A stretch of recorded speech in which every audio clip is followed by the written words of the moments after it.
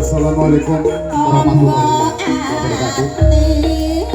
Permatur dhumateng panjenenganipun ingkang kagungan hati. Monggo kula aturi medal saking swasana amargi ujar kaul menika badhe dipun lampahi. Dari anak-anak saking Wahyu Turangga Muda Banyu Urip ingkang sebagai pelanggang kalih kula aturi medal wonten ing suasana lapangan arena seni tari.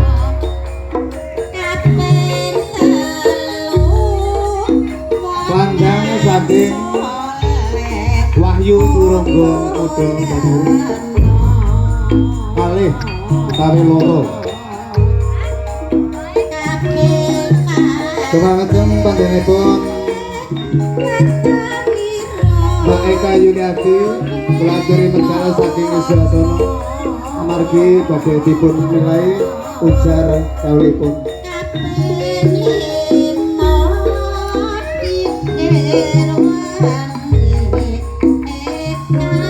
Ibu saking Waranggono kula aturi medal mandap saking panggung kabeh bawa iki.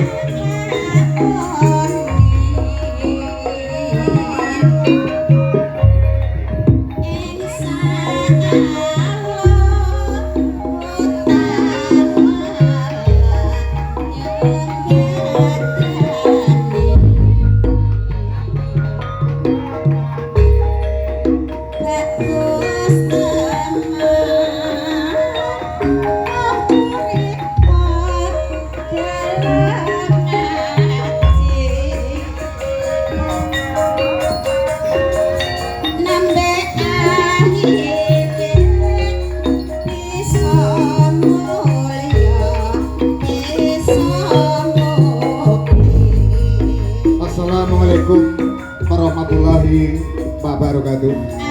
Allahumma muji syukur dhumateng kagunganipun Allah Subhanahu wa taala ugi keluarga agung saking panjenenganipun Ibu Eka Yuniati sak keluarga agungipun mugi tansah pinaringan kerahayun kawilujengan kalis saking Rubito Beboyo utawi saking Sukerto utawi saking Sawan utawi saking sakitipun mugi kanthi pinaringan berkahipun Allah Subhanahu wa taala kanthi pinaringan barokah selamat rahayu wilujeng kanthi sang sambi kula Allahumma amin ya Allah ya rabbal alamin. Bismillahirrahmanirrahim. Alhamdulillahirabbil alamin. Assalatu wassalamu ala mursalin. Alhamdulillahirabbil alamin. Qala rabbi sahbi sadri wa yasirli amri nuqdata milisani ya koho amak bagda.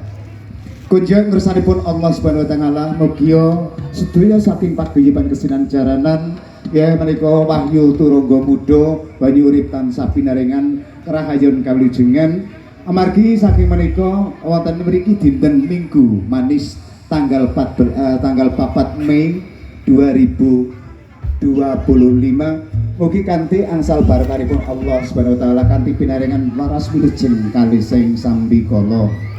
Ugi dumateng panjenenganipun Bapak Kades ingkang ngasta payung agung pemerintahan wonten ing desa mriki ingkang tansah kula hormati, ugi ingkang tansah kula taati ingkang dados pelaturanipun saestapipun boten kawula sebat setunggal kelawan setunggalipun mugi tansah pinaringan kerahayun saking panjenenganipun Ibu Eka Yuniati.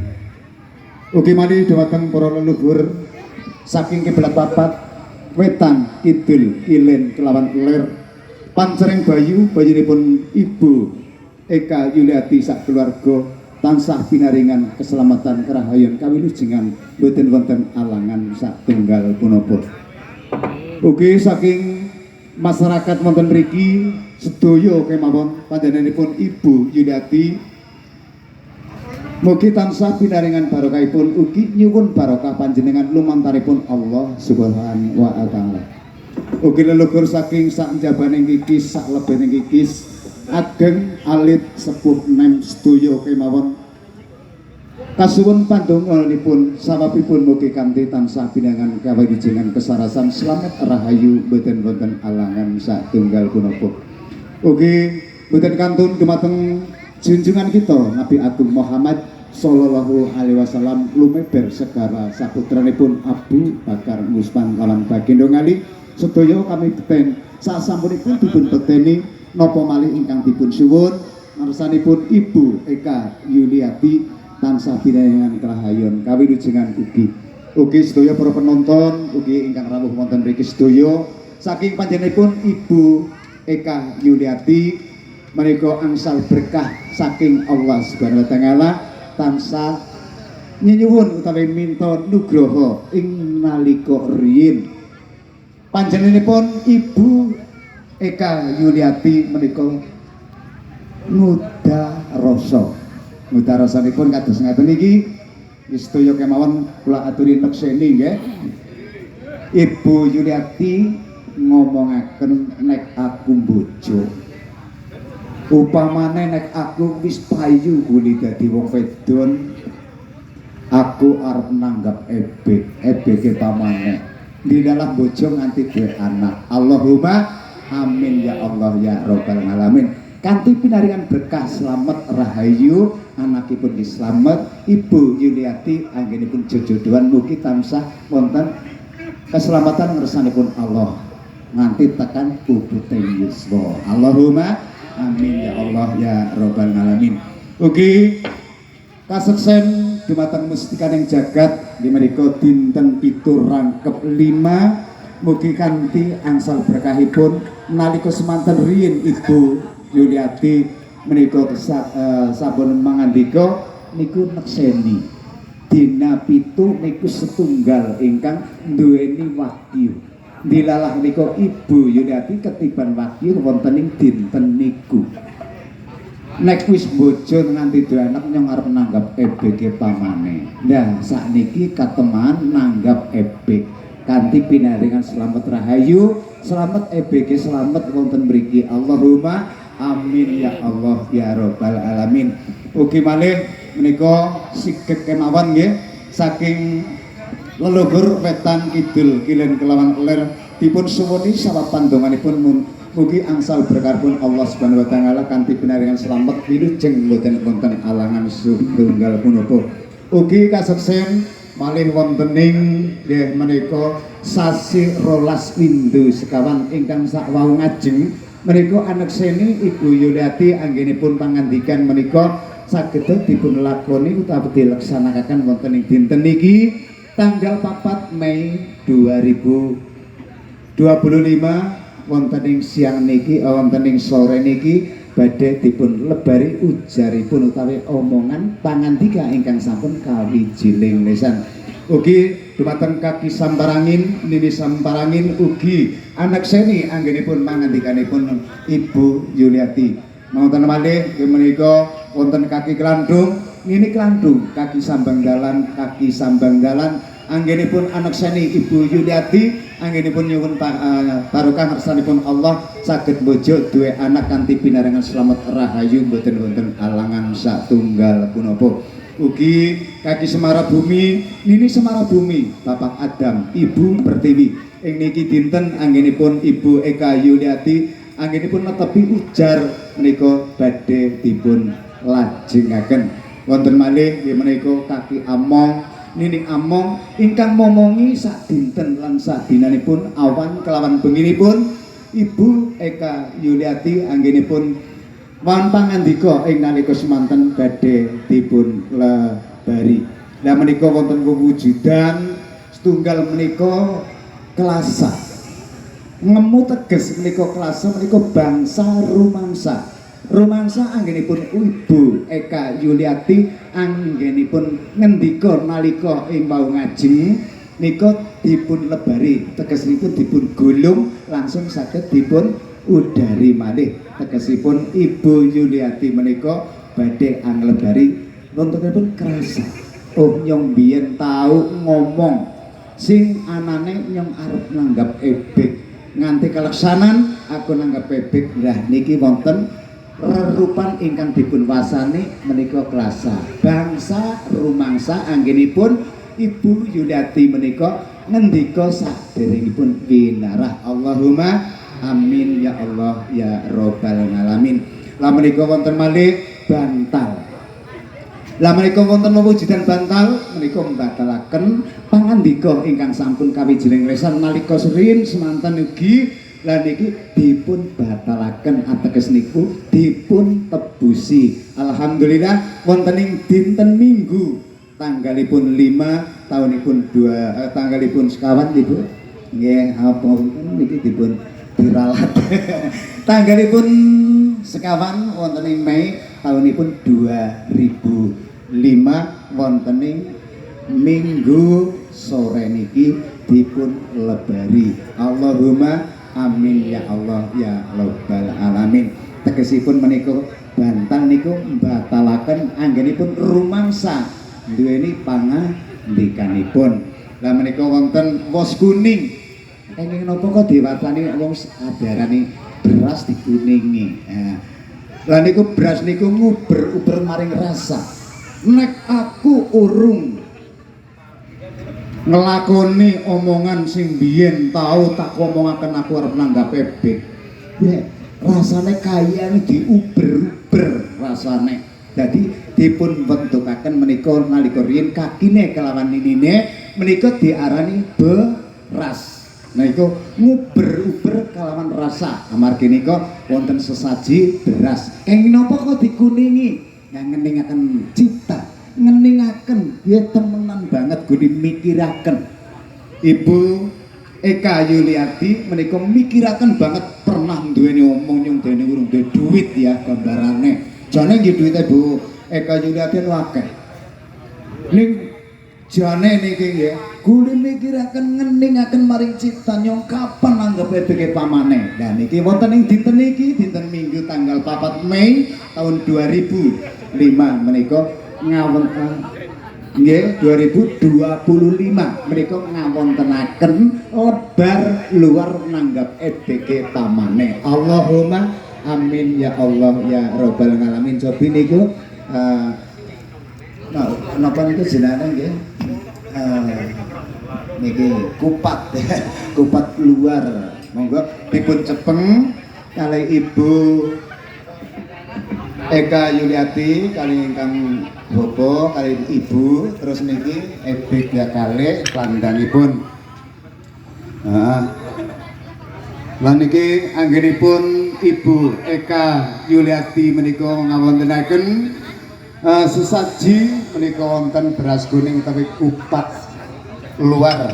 Nah, ing napa niku diarani kupat? Lah mbok pilih salah kelepatanipun anggenipun Ibu Eka Yuliati menika wonten salah kelepatanipun nyuwun gunging samudra pangaksami dumateng sedaya para leluhur saking Bupakawah wonten mriki mugi angsal barokahipun ngersanipun Allah Subhanahu wa taala. Kala niki wonten malih ingkang diparapan recehan nggih. Niki ategesipun duit niki mbok pilih wonten kekiranganipun Ibu Eka Yuliati nyuwun gunging samudra pangaksami nggih para leluhur ingkang rumaos kekurangan itu sakit kangge tumbas kiyambak. Allahumma amin ya Allah ya rabbal alamin. Bismillahirrahmanirrahim. Ana dandang saka wetan wujudipun putih dewanipun Dewa Dharma mugi angsal barokahipun kersanipun Allah Subhanahu wa taala. Dan anak seni anggenipun Ibu Eka Yuliati anggenipun waman pangandika la ilaha illallah Muhammadur Rasulullah. Bismillahirrahmanirrahim. Ana dandang saka kidul wujudipun ijo dewanipun Bathara Kala ugi nyecep sawat sarananing penyakit saking Ibu Eka Yuliati tansah pinaringaning katingal slamet rahayu kawijinan boten-boten alangan setunggal puno kinebuk sang Maha Cakra maliono salam. Bismillahirrahmanirrahim. Ana dandang saka ing weh saka ing kulon mugi tansah pinarengan karahayun anak sami Ibu Eka Yuniati anggenipun nglebari ujar ingkang sampun pangandika kinebuk sang Maha Cakra maliono salam.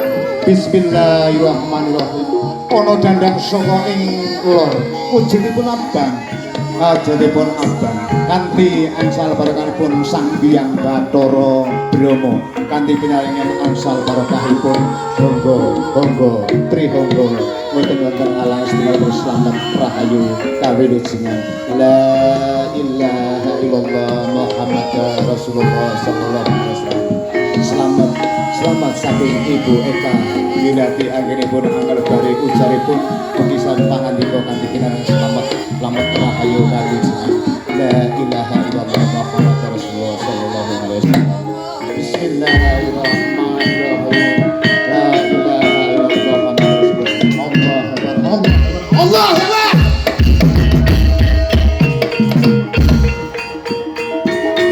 Bismillahirrahmanirrahim. Alhamdulillahirabbil alamin arrahmanirrahim maliki yaumiddin.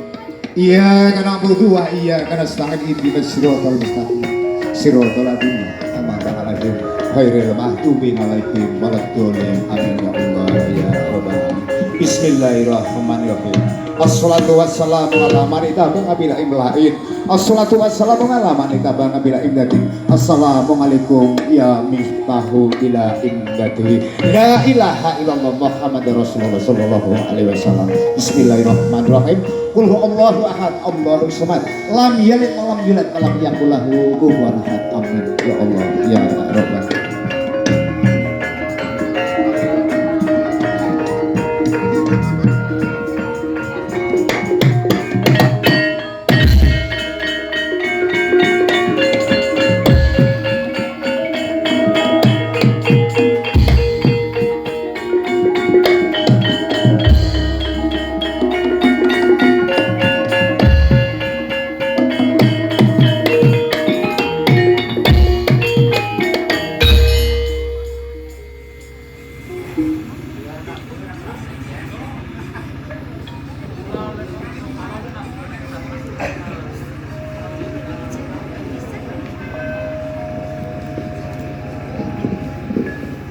Assalamualaikum warahmatullahi wabarakatuh.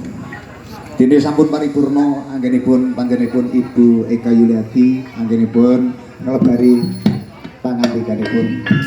Kula matur nuwun dumateng sedaya leluhur ingkang baupaka wonten mriki ngibaraken wong duwe utang menika sampun lukas utawi nglebari pangandikanipun kula mesti nyuwun pangapunten monggo.